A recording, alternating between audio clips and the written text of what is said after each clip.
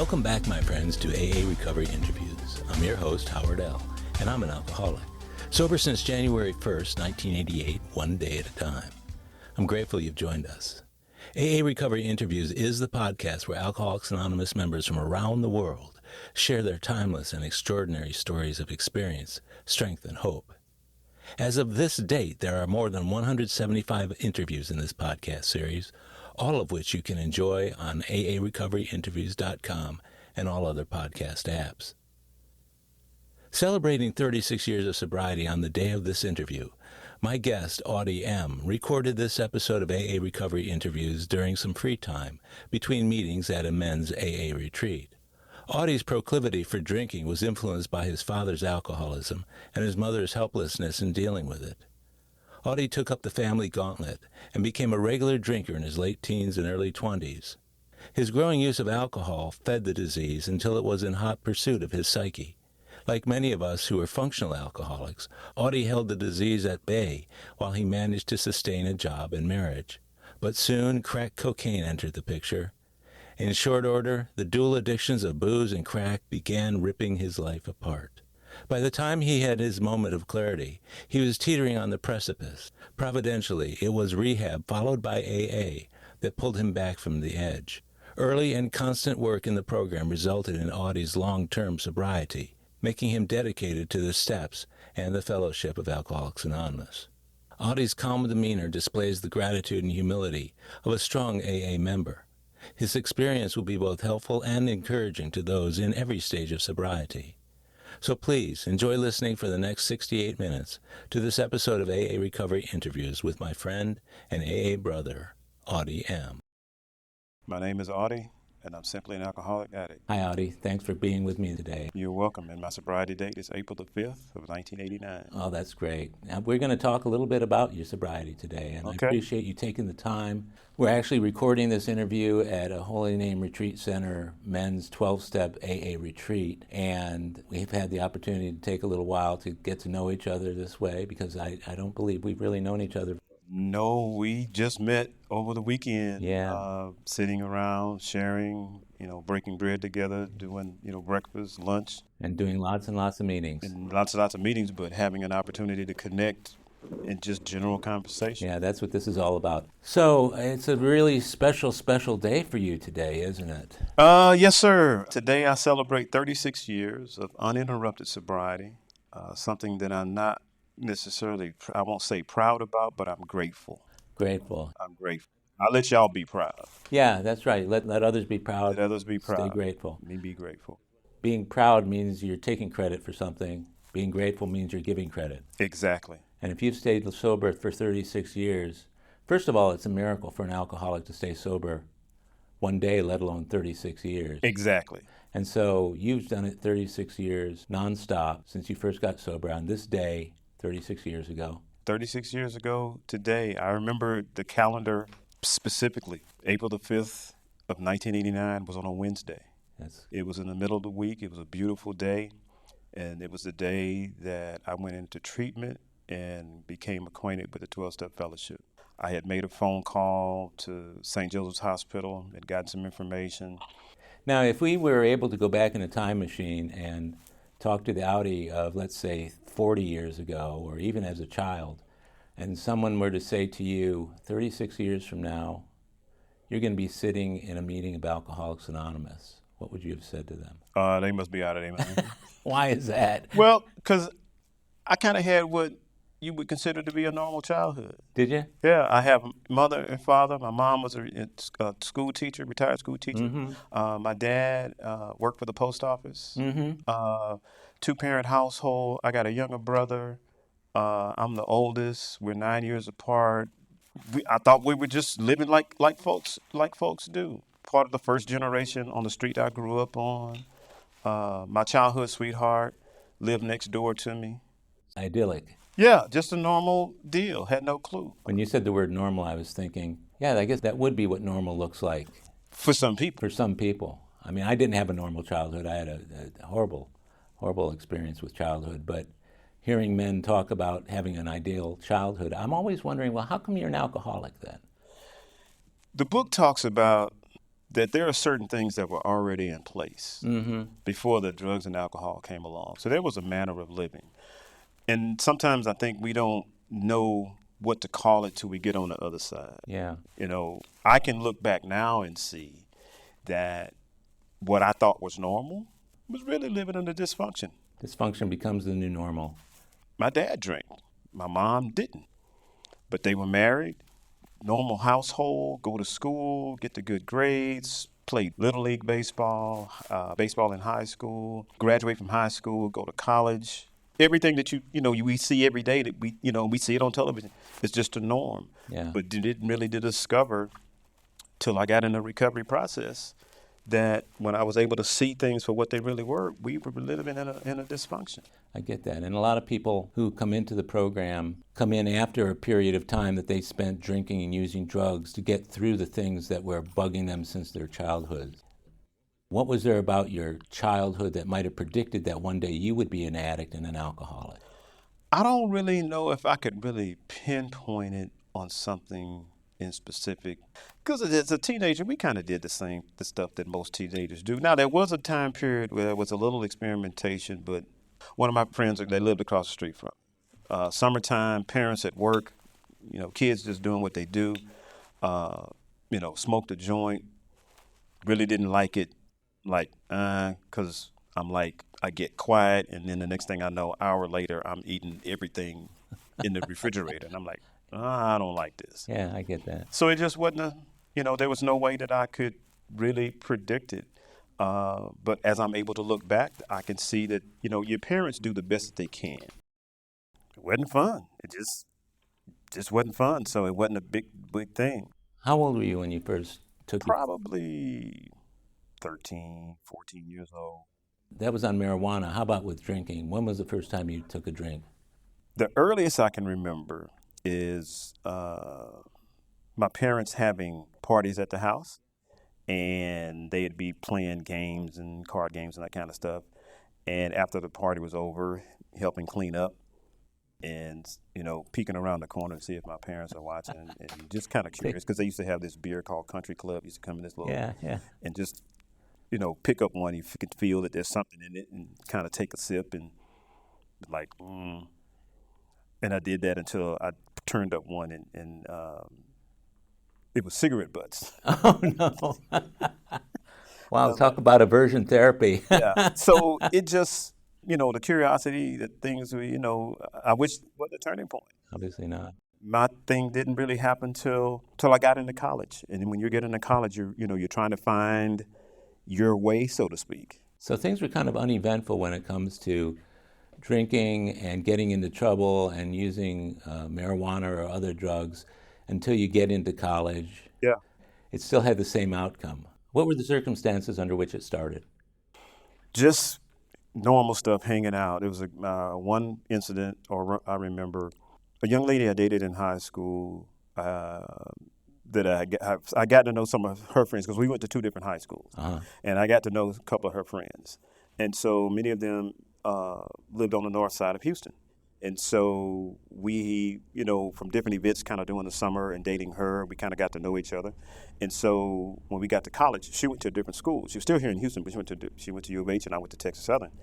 And when you're on a campus, new experience, you have gotten out of high school, now you're on college campus and you're trying to find your way. So you're still looking for people you can connect with. And I think we kind of came together around lunchtime. Were you both living at home or at school? Living at home. So you were commuter students, but you got together over lunch. Yeah. So we're, hanging out at lunch or in the game room. We're talking about all, stuff that happened in the summer or just different things. Uh-huh. And somebody ended up having a party. And it was on a Saturday. And of course, we go. Have the fun, do what we do. Drinking's going on, no big deal. But something happened behind one of those bottles of alcohol. Not that anybody fell out or anything of that nature. I just remember that when I got back to class or we got back to school on the following Monday, and I'm walking up just like I normally had been doing, and I'm getting all these kind of looks, and I'm like, what the heck y'all looking at? You don't know? Like, what do you mean? This is before social media. They went on to explain my behavior. During a blackout? Possibly, because I didn't really remember. And I was like, what? And he said, yeah. You just da-da-da-da-da-da-da-da. You did this, you did that. And I'm like, nah. But that was the beginning. It was just an event. It was something that happened at the time. Um, really didn't make a big deal out of it. Another event, homecoming during the football season, and homecoming on most college campuses. There are multiple events that are going on other than just the big football game. There's a bonfire, and homecoming week there have different kind of activities and all this kind of stuff going on. And homecoming came, we had the big bonfire, and there was an organization that I was a part of that was called the University Cultural Council. They were an organization that put on different type of events just through the years for the students, which gave me a new outlook on some things because there were some things that I hadn't learned, but they exposed me to. And one of my brothers that was a part of that organization, they had the big bonfire, and we're coming across the campus in the back. And I look up, and he has this paper bag, and I'm like, man, what you got in the paper bag? And he just handed it to me because he already had a beer in his hand. And when I looked in it, it was a 24-ounce Schlitz malt liquor bull. I was like, oh, it's like that. Big time. Big time. And continued to consume it. Ran into another friend of mine, and I just remember we drank so much beer that night, we never really left the car to go into the dance. And the only time we left was we left the campus to go get another six-pack. Remembering that and talking about that, and I think that was the beginning. And then just life events. I had another family member that, call it what it is, he was a drug dealer. He was a close family member. I think I remember stopping by. And this was, time frame, we're talking 78, 79, 80. And we're just talking over a 4 or 5 year period of time. The time that it takes, to go through college and, working part-time and just still living at home, not recognizing or understanding about the disease of alcoholism as I know it now, and not needing to. Well, not needing to understand it because you weren't having any problems with it, were you? What I thought, it wasn't causing a problem. When I think back to when I started to drink, it never crossed my mind that even as I was overdoing it then, that it would turn into a problem. But every time I did it, I overdid it. And it wasn't until it became a real problem and right in my face that I was able to acknowledge it. But even then, I avoided it. Even when going out to one of the parties on the north side and getting drunk and coming home, falling asleep at the wheel, and my car had gone over the Esplanade, and I woke up. I was probably about 20 feet from actually going over Esplanade, and I was like... So your car was in the middle of the Esplanade? Yeah. And I'm like, okay, possibly, or even worse, going over the Esplanade, because there was a bayou there. I'm going down a bayou. Woke up, glad it was late, glad it was our Houston police officers were not around, glad that U of H security was not around. I sat up, I kind of looked around and realized what was kind of going on. And when I realized how close I was to going into the bayou, just kind of saying, ooh, okay, is the car drivable? And I lived only around the corner, so I was like, well, can we make it home? Did it do any damage to the car? You don't see any damage. You can still breathe, no big deal. Okay, we got through that one. When you think back to how you were feeling immediately after that happened, did you have any sense to thank any power or God or whatever for your situation, or what was your feeling at that time? Yeah, I guess, thank God that it wasn't any worse, but that was kind of it. Not really getting drawn off in the, okay, well, thank God it wasn't worse. Thank God we ain't having to, do this report or call this person or, have the police or what have you show up. Well, you dodged the big bullet on that one. Exactly. So that set your alcohol consumption and your drug usage, set that in motion from that point? I believe that it began to come into motion because of what I now know as some deficiencies as in the coping skills that we don't have, that we get an opportunity to develop when we get on the recovery side. Beginning to utilize alcohol and drugs to compensate for those feelings or those understandings. Break up with the girlfriend. What's the best way to get rid of them? Go drink behind them because you don't have to feel.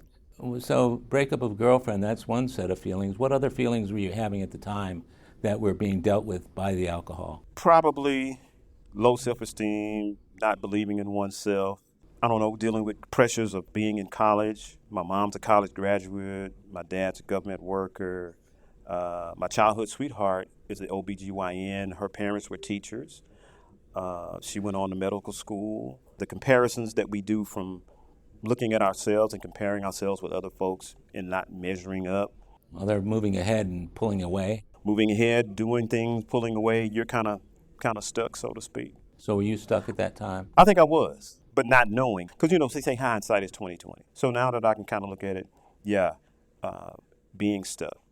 Now, at the time, what did you think would be the way to get unstuck? Did you have any sense of what it was that you needed to commit to do to become unstuck or to deal with those bad feelings? I don't know if it was about dealing with the bad feelings, but I kind of felt like that if I could do something different. And I remember talking to my parents and telling them that I wanted to withdraw from school and pursue beginning to work full time. And my godfather, who was an entrepreneur, we had had a couple of different conversations. And one of the things he had shared with me, he said, "Don't be so eager to get out into the work field," because he said work is always going to be there. Mm-hmm. You really probably need to do whatever the changes that you need to make to stick and stay in school. And I listened to him. I appreciate him, but I said, "Uncle Bill, thank you, but no thank you. I'm going to do what I wanted to do." And in making the adjustment and trying to pursue that, I can see now was not the right thing to do. But that's what I did. At the time that you were going through what you were going through, your godfather is telling you, don't rush into it, but what was there that was drawing you away from school and towards business? Change, different, figuring that whatever was wrong, this could fix it. For me, it was always about, I want to be able to do my own thing, using drugs and drinking. While my friends were going on to graduate school and law school and out into good careers, I was saying, I just need to make enough money to be able to continue to support my partying lifestyle. Well, if it wasn't so much the partying lifestyle, just be able to earn enough income to do what I want to do, how I want to do it, when I want to do it. Because I was still living at home, but I was contributing at home. And as long as I felt like that if I could cover whatever, bills or take care of my car or what have you, as long as I could do that, y'all shouldn't be worried about, what I do, how I do. How did your mother take it? She took it hard. And I think she took it hard because of the fact that my father drank. And because of Alcoholics Anonymous or the 12-Step Fellowship, it gave me some things to kind of look back up on, and I could see some things. My parents had a unique love relationship between the two of them. Even though after about 18 years they got a divorce, my parents were still, to the day we buried my dad, my mom and dad lived 2 blocks away from each other, still attended the same church. Mom sat on the 7th row on the right side, Dad sat on the 8th row on the left side. They still did church together and different, Bible studies or whatever went on in church. They did still a lot of that together, but they were divorced. And I think because of the experience that she had with my father and alcohol, beginning to see how this was affecting me. And I remember when it really got to a low point of her sharing at church and screaming out, my child is on drugs and it don't seem like there's any hope. Because I have a younger brother who is a college graduate, who is an entrepreneur, who is I don't want to use the term big time officer, but he is an officer with the company. Matter of fact, the company that he works for is a former client because he was doing some training and teaching as an entrepreneur. And this young lady, as he helped her grow her company, and she got to a point where she kind of become stagnant and needed to grow even more. And the solution for that was she decided to hire my brother. So he was quite successful. The boy wonder. So at the time in your life when you were riding the coaster down, he's on the upward swing. It's kind of like most parents like to talk about their children because their children make them proud, make them smile. Well, she could talk about my brother in one breath because of the things that he's doing. But I'm not moving. She can't talk about me. The best way I can explain that, there was an episode of Oprah with Tim Allen, who used to do Tool Time. And he was explaining to her about his mother. And I think he has a older brother and sister. He ended up doing some prison time behind drugs and alcohol. And he talked about how his mother could talk about to family members, well, his sister's doing this and doing that. Oh, but when it came to Tim, well, let me tell you, Tim got a new cell. Think about We're it. not talking about a phone. Yeah, we're not talking about a cell phone. We're talking about he got a new, cell in prison cell, and these, So when I heard that, that helped me understand the embarrassment that my parents were feeling. You mentioned earlier about your dad's use of alcohol. So how did it affect the family, and how did it influence you, one way or the other? I think it affected the family on an emotional side. My dad was always a great provider. Even though he drank, he was a functional, or what we consider to be, or what we know as a functional alcoholic. Dad still got up and went to work every day. My dad had a janitorial business on the side as well. I don't know anything about lights being off, or no food in the refrigerator, or not being able to have school clothes, or different necessities at home, and some of the extras. I didn't know what that was like until after I saw my mom and dad get divorced. So dad was a great provider in the midst of. I remember at a young kid having to go out, and a dad had had an accident, and my mother, I remember her calling a family member, and I was probably about 5 or 6 years old. So the picture's just vivid. But I remember having to go and pick up my dad. And I remember the location where he was at wasn't far from the house where we were living at the time. And I remember getting him in the car. I think my mom, I think they had a tow truck, or somebody pulled the car kind of out of the ditch, bring it home. And I remember my dad had a gash kind of over the eyebrow where he was bleeding from, and how they were trying to stop the bleeding. And I'm standing there as a 5-year-old kid looking at this. And I'm like, wow. Fast forward, disturbing emotionally from just not being able to have the emotional support from a father that you would normally have if everything was quote unquote normal, so to speak. You said earlier about things being normal in your childhood, but it sounds like maybe your dad's alcohol use was in the way in some of that. Is that true? I would say now, to be able to look back on it, I would say yes. But when you're in the midst of it, you don't know, because you don't have the identifiers. A lot of the identifiers that didn't come until getting into the recovery process. Do you remember your mother ever, any discussions between your parents about his drinking, or any fights or arguments? One that comes to mind was the pastor to the church that we attended, that he, matter of fact, lived in the neighborhood, and having a conversation with him and my mom present, and talking about that. And remembering him talk about my parents divorcing, asking me about that, and I was like, it's uncomfortable, because I don't want to see my parents get divorced. I want to see them stay together. How old were you at that point? Probably 14, 15. He talks to them about that process. Alcoholics Anonymous begins to come into the picture, because I do remember that my dad had come around the fellowship. My dad had gotten sober. He had been sober about 2 to 3 years. Did you acknowledge his involvement in AA at the time? At the time, I didn't, because I had no clue what it was. He was going to meetings. He really didn't talk about it at home. I just know that I saw a change. Early stages of recovery, I lived with him for a while.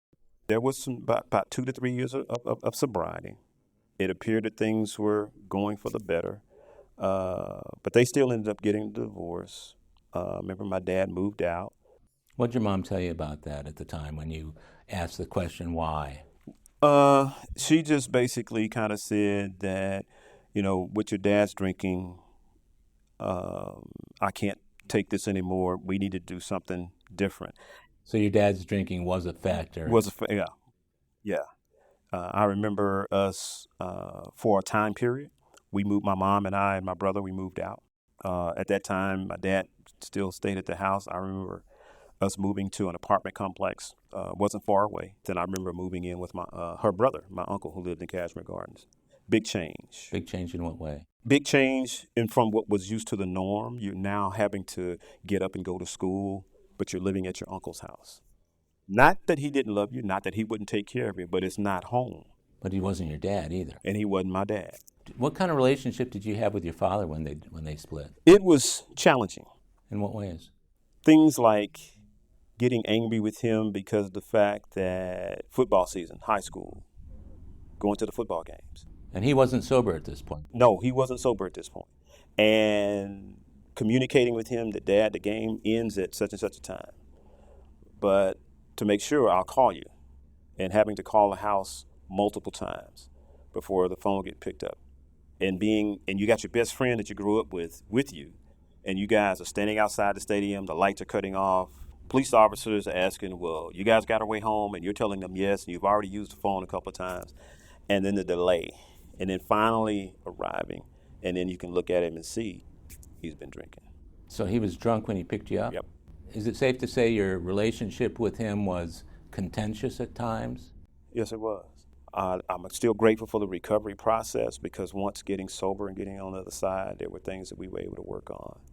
How long did he stay sober when he was in AA? I would have to guess and say somewhere between 2 to 3 years. We had a discussion about that in latter years, and what he shared with me was that getting sober and thinking that if he got back involved in church, everything would be fine. And it was, or appeared to be, for a short period of time. Yeah, church does tend to become a big culprit for people that are, their disease is looking for another reason to pop up, to re-enter their lives in a big way. And you know, if you're in a Bible study or in a church group or active in your social clubs or whatever else, there's lots of reasons why you cannot go to your meetings. And anything I need in life, I can get out of Bible study or out of a men's church group. Well, one of the books of literature of the 12-Step Fellowship, this comes from Narcotics Anonymous, talks about going off on a religious zeal. And that, for what I understand about that, is there's things that we learn about God as far as Alcoholics Anonymous, or the recovery process, I should say. And there are many people that they had shared about, getting back into the mainstream, so to speak, and they get connected with their church, but they don't know how to separate religion from spirituality, and get caught back up into the religion thinking it's the same thing, and thinking that, well, I don't need the 12-step fellowship. If I just do this, everything should be, okay. What's your perception been on the way that clergy responds to people who are in the program and they're getting more and more involved in church, and it's clear, let's say, to the clergy that they're pulling away from AA? Do you have any sense of how parishioners being talked to by the clergy as to should they continue to do AA, or is it sufficient that they're getting what they need from the church? That, for me, would be two-sided. In what way? And two-sided in the fact that there are those that simply believe that the church can do everything, God can do everything through the church. It has what it has. However, on the other side, I've seen pastors that respect the 12-step fellowship. They see some things. I remember a particular pastor offered an opportunity for one of the fellowships of Cocaine Anonymous to start having meetings, because they were looking for a place to have meetings on the southwest side of town. Oh, yeah. And this pastor sat down with a couple of individuals, and he listened to the conversation, because they had gone to other churches, and those other churches turned them down. And so this particular pastor listened to what those two gentlemen had to say, and his real only question was, is this going to help somebody? And they said yes. He said, what do you guys need? And they just said, we just need a meeting space.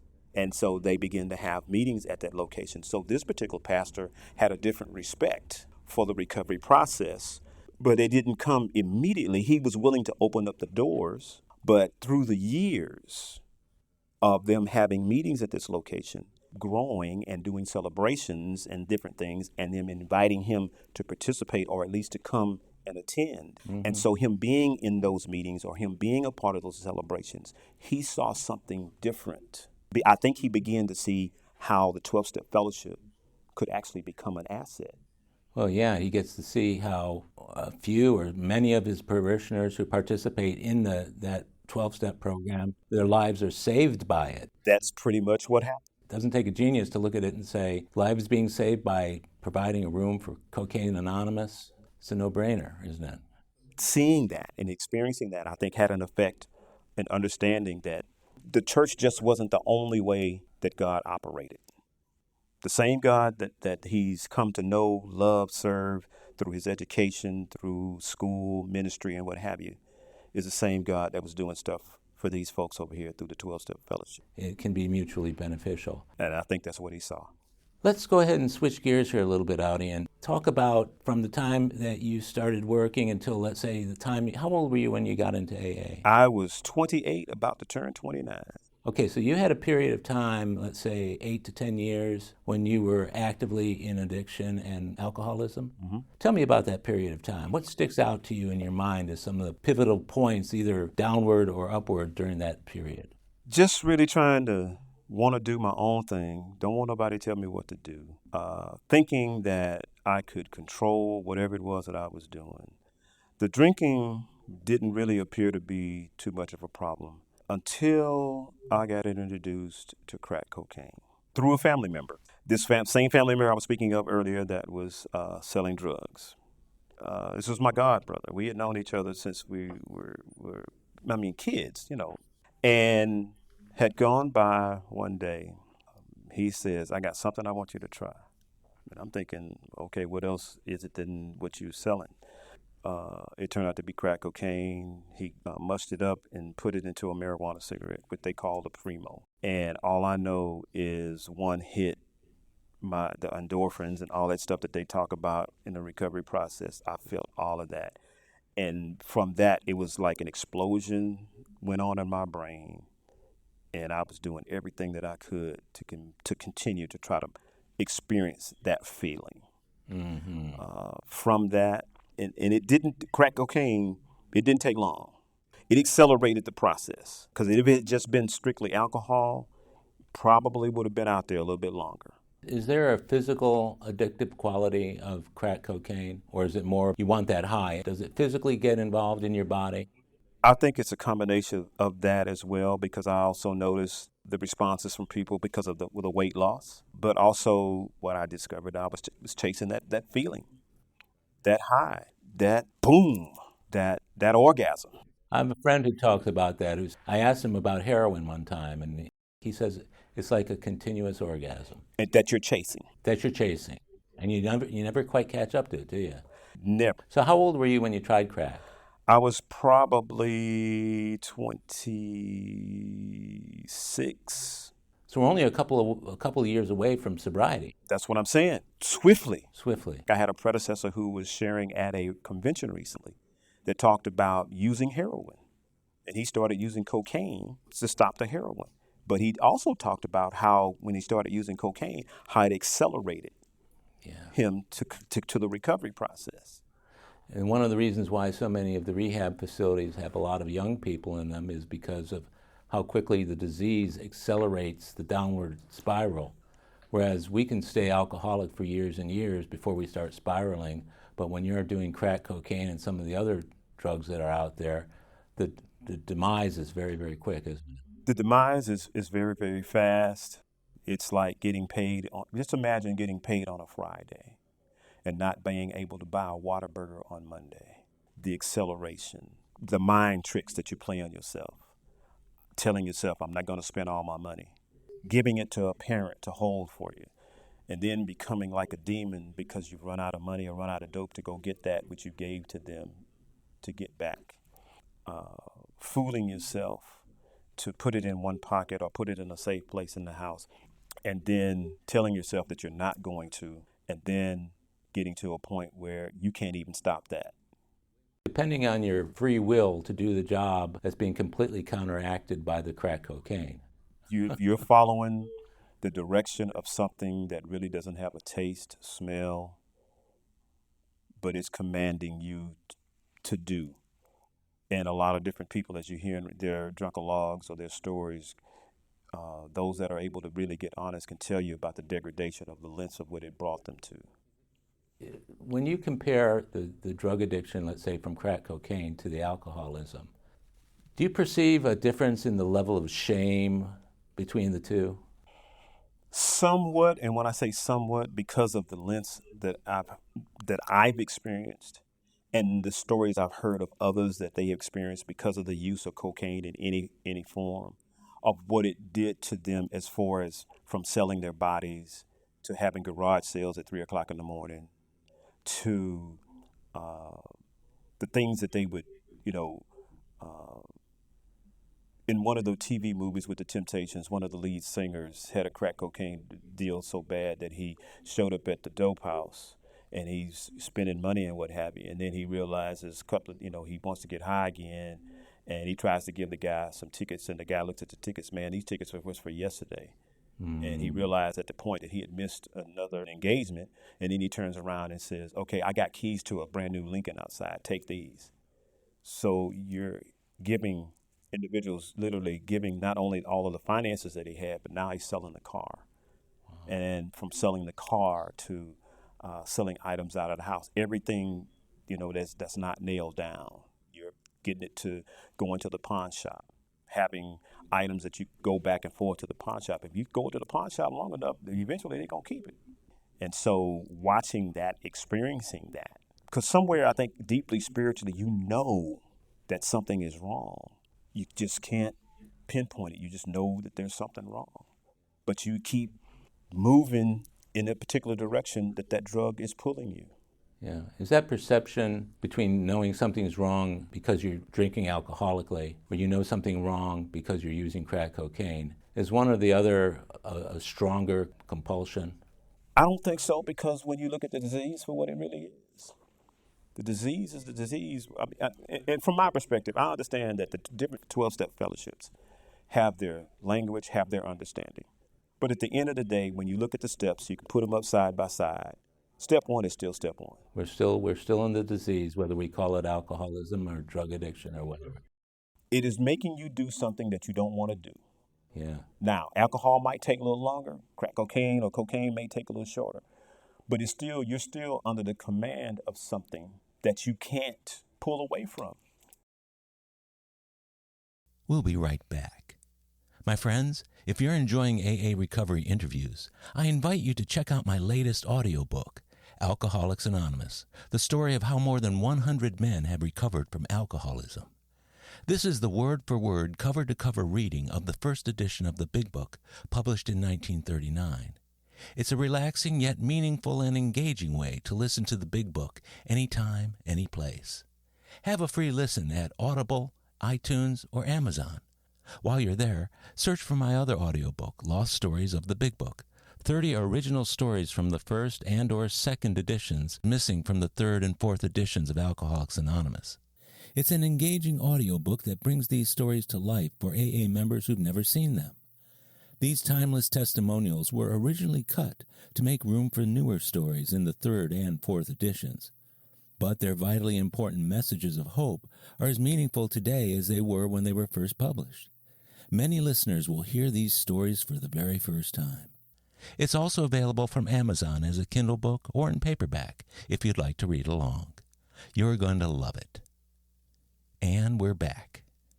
So tell me about the downward spiral for you during the last couple of years before you came into AA, and what was the turning point for you into the program?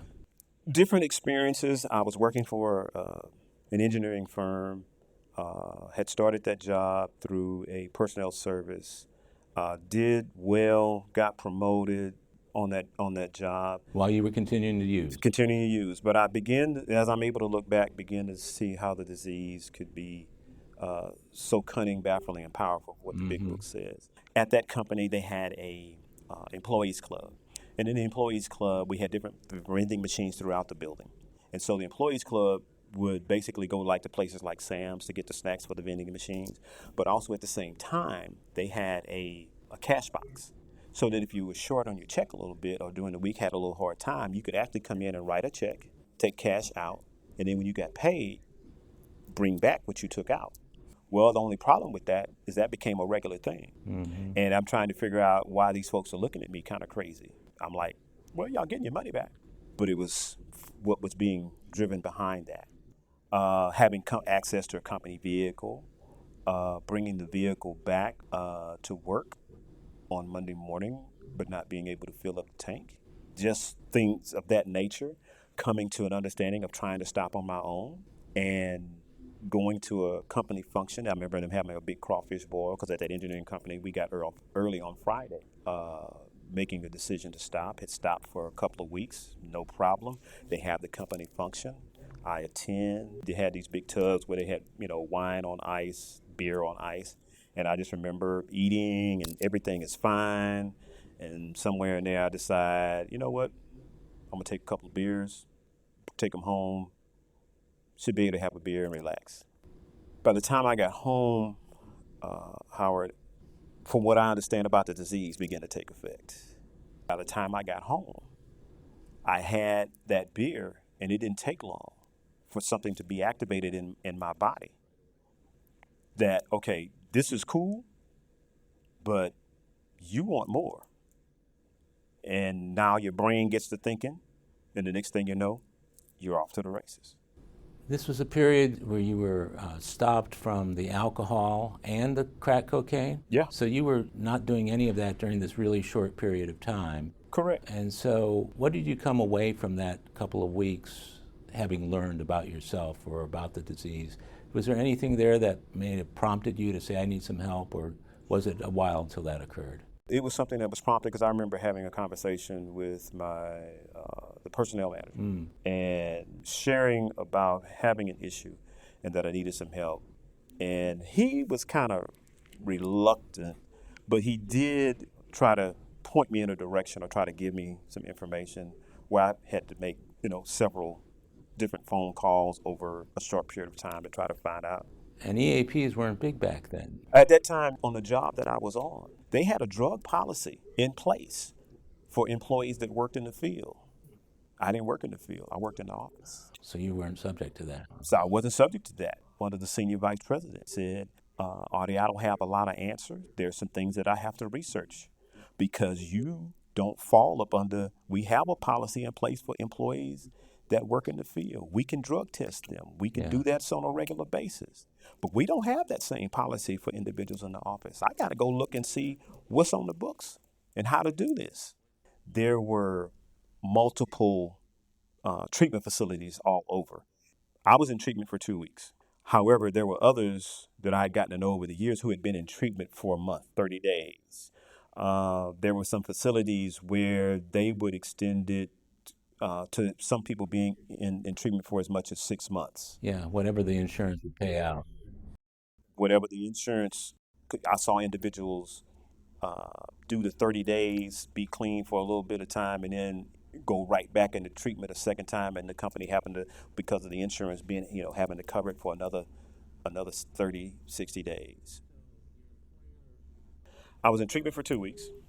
The vice president I'm talking about, he had given me an order, and the order was simply I needed to call every Tuesday and just check in. I believe that was part of a process to see how I was going to respond. So I was in treatment. I didn't know anything about recovery. I started attending aftercare. When I went to treatment, they had 12-step meetings available. They had Alcoholics Anonymous and Narcotics Anonymous. I didn't believe I was an alcoholic, but I accepted the part about being an addict. Would not go to the AA meetings, but would go to the NA meetings. I'm still grateful because I also learned something. I had a childhood friend that I played Little League Baseball with. That was in my very first Narcotics Anonymous meeting. I believe God had him there for me that night. I saw him, sat down beside him. We conversated a little bit. And then he just turned around and said, it's time to listen. And I began to see from people's experiences of trying to express some things they were doing to get away from the drugs and alcohol. Now, is that your sobriety date when you went into treatment? No, I went into treatment and I picked April the 5th because that was the day that I was introduced to the 12-step fellowship. Like I said, I had been clean the day before. The last day that I used was April the 3rd, which was on a Monday. It was the last $25 that I had. And I got pissed off because when I tried to get high, it didn't work. Matter of fact, Wednesday when I showed up to St. Joseph's Hospital, when I got into the office. That's the 2-week program. Well, that program was as much as your insurance would possibly recover, but for me it was 2 weeks. And when I entered the building and told the person that was at the front desk what I was there for, the intake person came out and told me, she says, we've been waiting on you. They took me up to the unit. The direct care worker introduced themselves. I introduced myself. We had a little conversation, and basically they had a big, huge chalkboard, and they had the different groups and modalities listed and where you were supposed to be. They said there's a wake-up time. These are the modalities that are available to you, and it's up to you to make sure that you get there. We will come by and wake you up, but beyond that, you're responsible. And for the first time, having to be responsible for self. Saw different things go on in a treatment facility. People take weekend passes and return, and their urine is dirty. And I'm like, if you're in treatment, why you go out to go use and you come back and now you're dirty and now you can't do certain things? So I just kind of became a sponge. I couldn't put my finger on it, but I could see something was different. And when I attended my first 12-step meeting, as I listened to people share, I knew it was something different about these folks. I just didn't know what it was. I didn't know what was involved, but I knew that if I continued on the road that I was on, I kind of had an idea of what might be in store for me. And I just knew that I needed to do something different. I did continue to attend meetings. Now, this is after the 2 weeks. This is after the 2 weeks, going into aftercare, actually coming out, going home. Were you going to meetings every day in aftercare? Yeah, from aftercare. Aftercare was Uh-huh. like 3 days a week, but every day it was still going to a meeting. This was still NA. Yeah, this was NA. This is early in recovery, still going to NA meetings. Uh, Experienced something 3 weeks later from the day that I went into treatment. Mm-hmm. I'm out of treatment for a week. The group that I attended that was named Alive and Kicking. And that particular Wednesday, which was April the 26th, which is my natural birthday. So that particular night, they had a birthday night. And I saw individuals not only between then pick up, a Desire chip, 30-day, 60-day chips between. Birthday night left an impression. I saw people picking up big metal chips, the heavy metal chips, for 1 year, 2 years, 3 years in front of me. And they expressed about their process. So it really impressed you, didn't it? It impressed me enough to the point where I made a decision that I didn't know I was making. I just knew I wanted what they had. Do you have any sense of just even thinking back to the people you were in aftercare with, or even in the hospital program? Do you have a sense for how many of those people stayed sober and are still sober, or would you say most of them are not? I would have to say most of them are not sober. My good friend Butch, as you met, that's where we met. We met in Oh, yeah. aftercare. Our sobriety dates are exactly 2 weeks apart. And Butch confronted me in aftercare, which was allowed to be done because we had a facilitator. But I was approaching the time when it was going to be released from treatment facility, and I would not acknowledge about being fearful. Mm-hmm. And we went round and round, and he said some stuff, and I said some stuff, and not to say that we probably wasn't too far from fighting, Yeah. but it got heated. Yeah. It got real heated. Yeah. But in the 12-step meetings, the Narcotics Anonymous meetings, at that time you could smoke in the building. And we sat in the non-smoking section, and we used to sit near each other all the time. And that was, I didn't know that was a budding friendship. That was a budding brotherhood that was beginning to develop because we've been a part of each other's recovery for the last 36 That's years. amazing. And so in addressing that fear, I began to understand and because I had never been exposed to this. So I'm okay.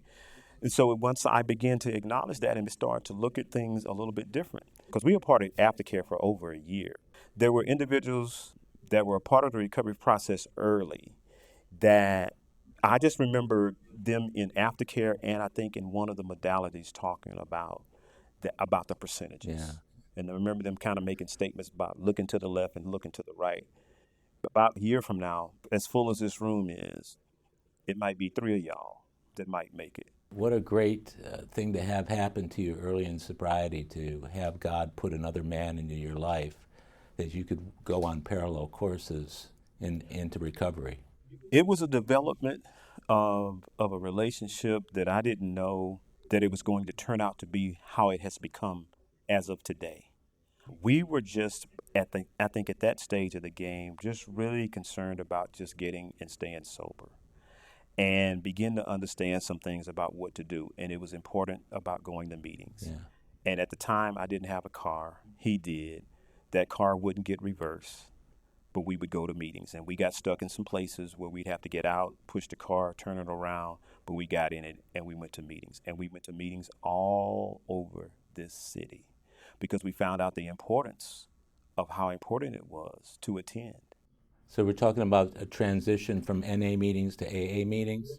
Well, combination, because we were also going to. There were different groups that had developed. Group developed from an AA group because their predecessors there had started to come in because they had come in because of cocaine, but the meetings that were available to them were Alcoholics Anonymous, so they started attending. Well, the old timers there, which we would consider to be real alcoholics, was real firm on the steps and real firm on the traditions.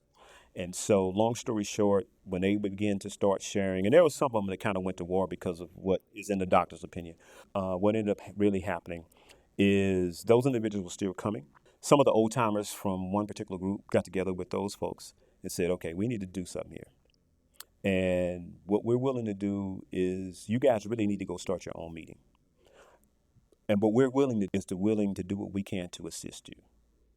So they helped them start a meeting of Cocaine Anonymous, one of the first ones in the city.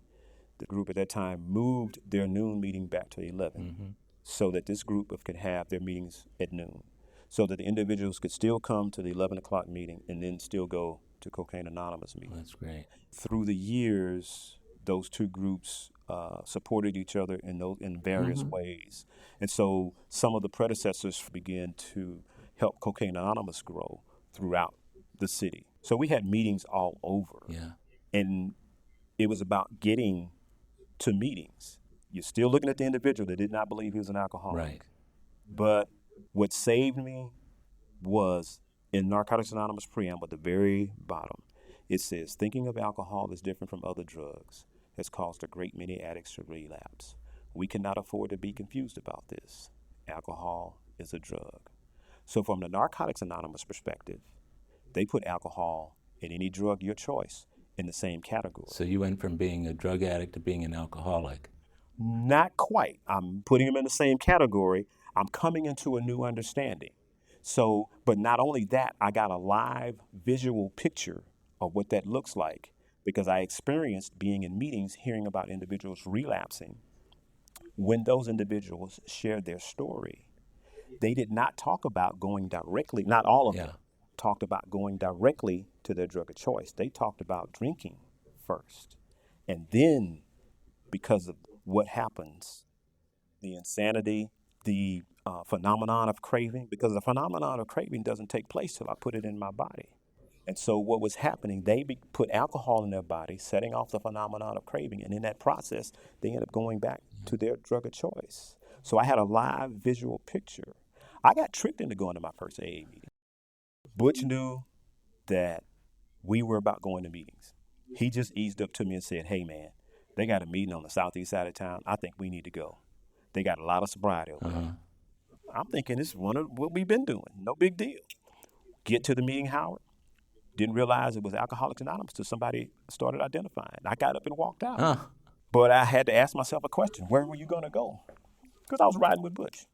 I turn around, I go back inside, and literally as I'm crossing the threshold, a voice comes to mind, my original sponsor.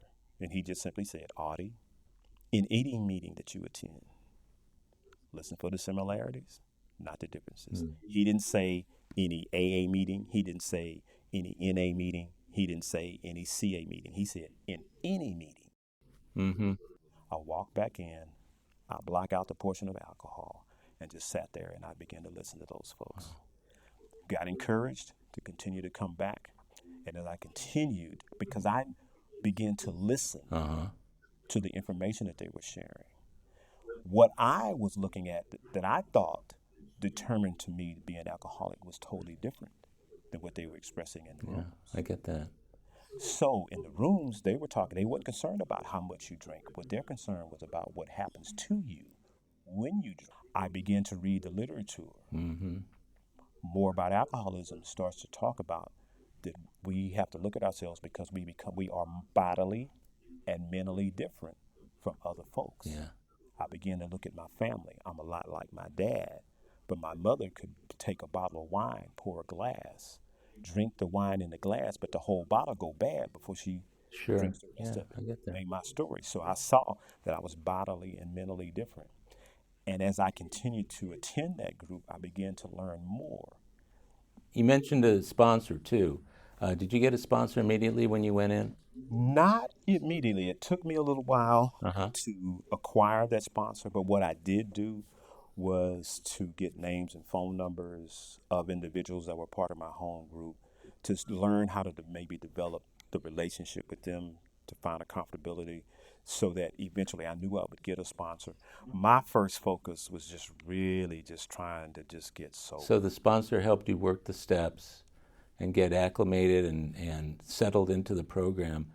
Yeah. 36 years is a long time, and a lot of stuff happens within that period of time. And one of the reasons I told you earlier, one of the reasons I like to do these interviews is because oftentimes the period of time between when somebody got sober and right now can be months or years or decades. And in our case, the two of us, it's decades. And so one of the things I wanted to ask has to do with high points and low points during your years of sobriety and where you can clearly see a power greater than yourself working in your life in those situations.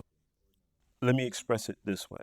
From the first point of April the 5th of 89 to right now, 36 years later, Howard, it has been the most wonderful, exciting, scary roller coaster ride.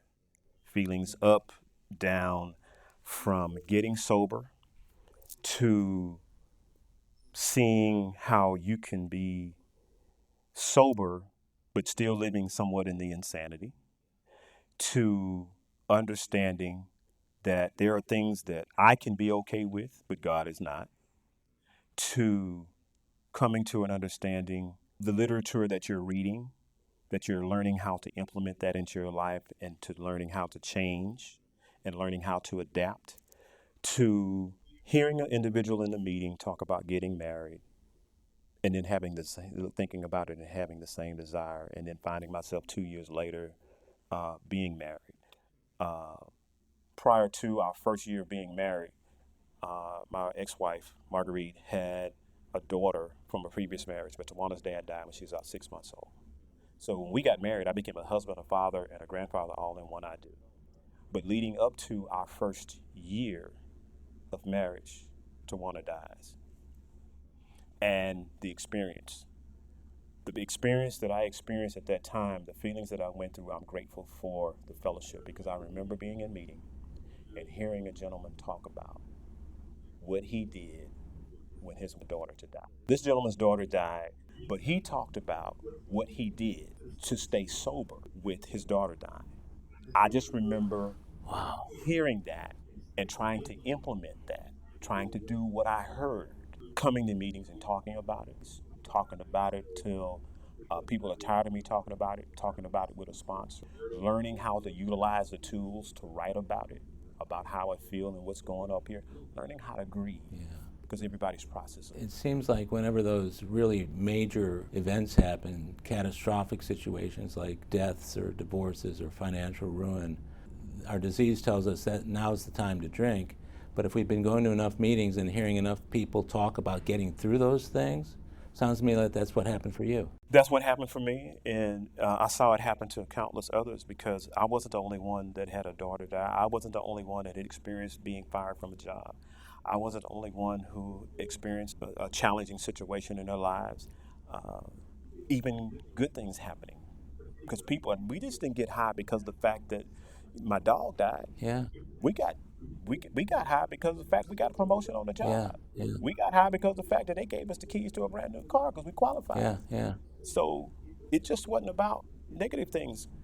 It was about living, because people do this every day. There are people who get promoted every day. As these gifts start to show up in your life over the years, was there ever a time at which you started to feel like the accumulation of those gifts was enough that you didn't have to do as much work in the program? No, because being in meetings enough, I heard people talk Yeah, about that yeah. stuff.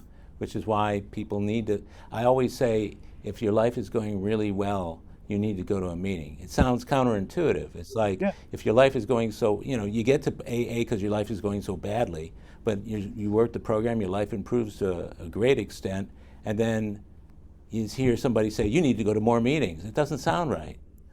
Well, my experience in that has just simply been, the question that comes up for me is if I'm learning how to do something and I started doing it, and when I start doing it, things are working for me. What is it that comes in my brain that says that I got enough that I can stop or I should stop? If it's been working for me and is working for me, why would I want to stop it? Well, that's why being a day away or 2 days away from your next meeting and being a phone call away from any number of different men who are influential and pivotal in your life, that's when those things give you what you need at that point to answer that question. The predecessors that I had at the time, because with the meetings that were the way they were, used to always say, the best time to go to a meeting is when you want to go.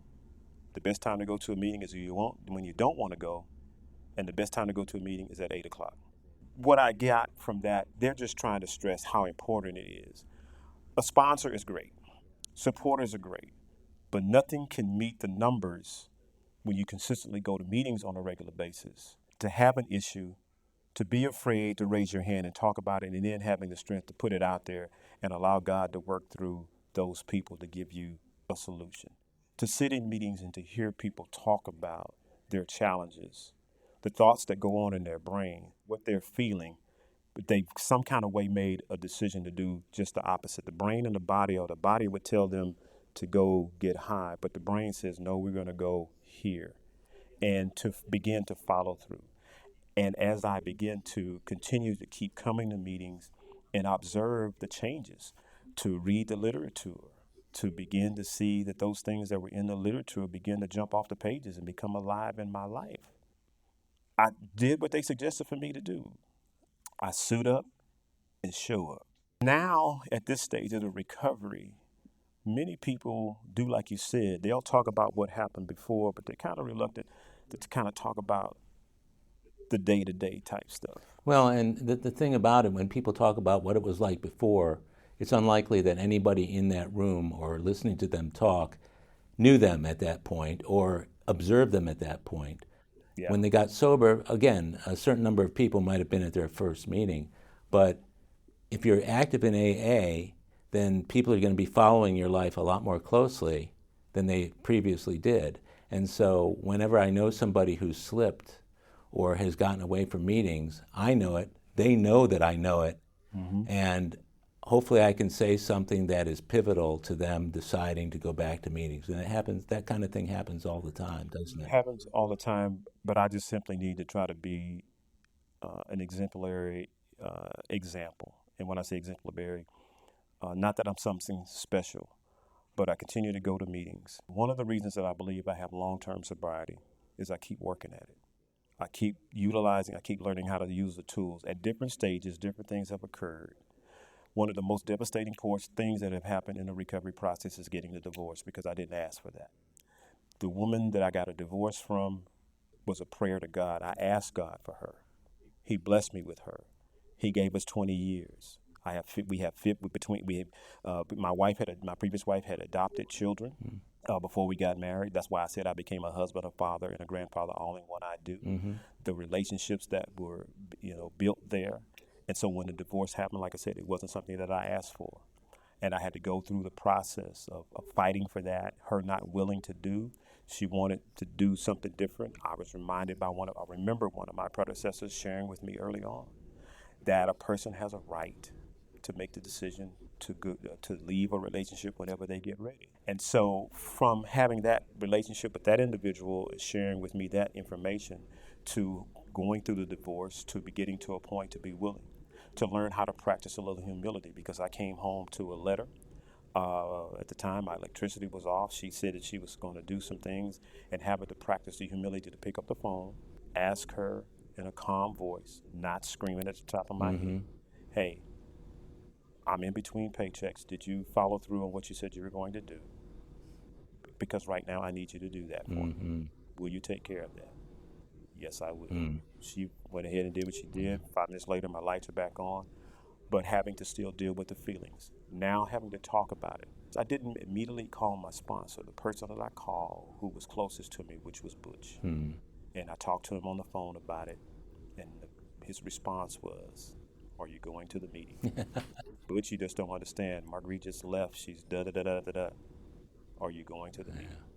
I don't think you understand. And my voice flexions are going up. Are you going to the meeting? And after about the fourth time, I got what he was talking about. Yeah. So met him at the meeting, but after the meeting, he let me cry on his shoulder. He hugged me, he held me, told me he understood. He was there for me. And we had traveled together with our wives and everything.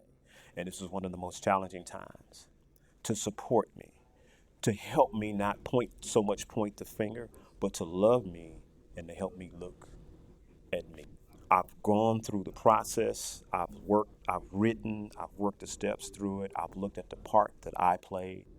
I've stopped doing the blame game, meaning if you had done this and I would have done that, and begin to learn from the tools how to simply take full responsibility. And in that process was when I looked at the part that I played, I still owed, even though she left, Yeah. I still owed her an amends. And I'm trying to figure out how we're going to do this. God does for me what I can't do for myself. Narcotics Anonymous has a thing for just for the day, and I had the app on my phone.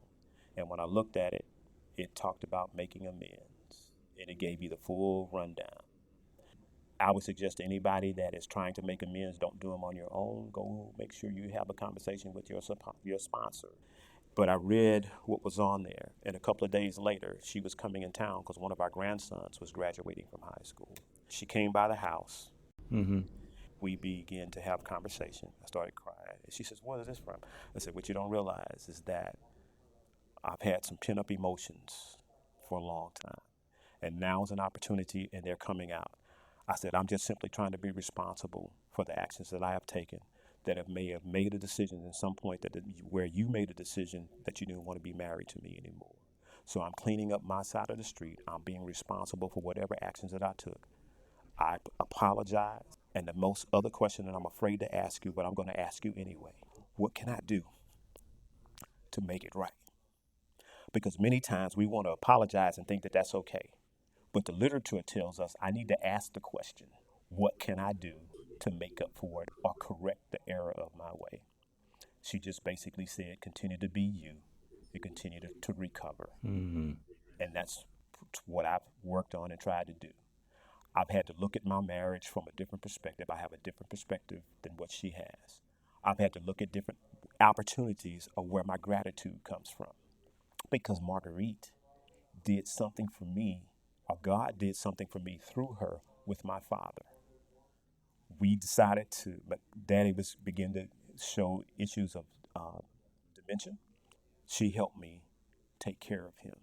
She found adult daycare to take him to. She helped him get reinstated because he was a veteran. And so the care that he was able to receive, the things that we were able to do, that I did the best that I could to take care of my dad in his latter days. But I have to thank Marguerite because of what she did for him. And something set those wheels in motion. And for me, listening to your story today has made me realize that there are all sorts of things that set wheels in motion in your sobriety, in your life, in your journey of getting to AA. We're on the same wavelength. You believe in going to meetings. I believe in going to meetings. You believe in helping others and being of service. I'm the same way. And what I think people need to hear is that the longer you stay sober, the more you need these things. Yes, in the beginning, there's just simply tools that you To use survive. to survive. Right. But as you acquire sobriety, as you maintain sobriety, you begin to see that these are tools that you have to utilize in order for you to live and for you to experience. Because it talks about these spiritual tools. The book talks about the spiritual tools being laid at our feet. Just like any other tool, they don't work until I put them into And action. these are all spiritual gifts that we are given to give away. To give away everything that they talk about in the fellowship works. The idea, one of the greatest tools that Bill talks about in the book that can work for another alcoholic is for you to go work with another alcoholic. You know, whether they be newcomer, whether they be old timer, or somewhere in between. Because what happens in the process, my mind comes off of whatever is going on with me, big or small, because my focus is trying to help that person. And when you see that in action, you begin to see how things can change for you. Two of the best things that this fellowship has given me is a relationship with a power greater than myself that I call God in a fashion of good, orderly direction. The second thing is an attitude of gratitude, is that no matter what my circumstances, good, bad, indifference, in between, having an attitude of gratitude.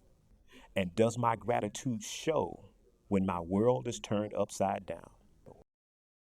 The God that I've come to learn about loves me unconditionally.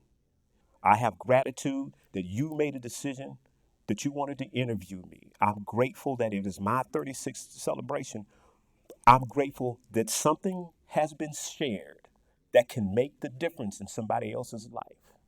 You have painted for me a picture of a program well worked and well lived. Your passion comes through loud and clear, and it's something that I really respect, and I honor your sobriety. I love you as a brother in Alcoholics Anonymous, and I wish the very best for you as you proceed on in your journey and as we go on as brothers. Well, in the famous words of a DJ that used to say, right back at you. Howard, thank you. You're welcome. 1,000 times over. And may the God that I serve continue to bless you in ways that you haven't even had an opportunity to experience. Thanks, Audie. Well, my friends, that's a wrap for today's episode of AA Recovery Interviews. I want to thank my guest, Audie M, for sharing his story, and thank you for tuning in. If you've enjoyed the interviews in this podcast series, please share it with others. This show is another helping hand of AA we can all extend to alcoholics everywhere. If you want to contact me directly with any comments, questions, or suggestions, simply email howard@aarecoveryinterviews.com. Please also take a minute to leave a rating and review on Apple Podcasts, Spotify, YouTube Music, Amazon Music, or wherever you get your podcasts. By the way, this podcast strictly adheres to AA's 12 traditions and all General Service Office guidelines for safeguarding anonymity online. I pay all production costs, and no one receives financial gain from the podcast. AA Recovery Interviews and my guests do not speak for or represent AA at large. This podcast is simply my way of giving back to AA that which has been so freely given to me. The next episode of AA Recovery Interviews is on the way, so keep coming back. It'll be here soon.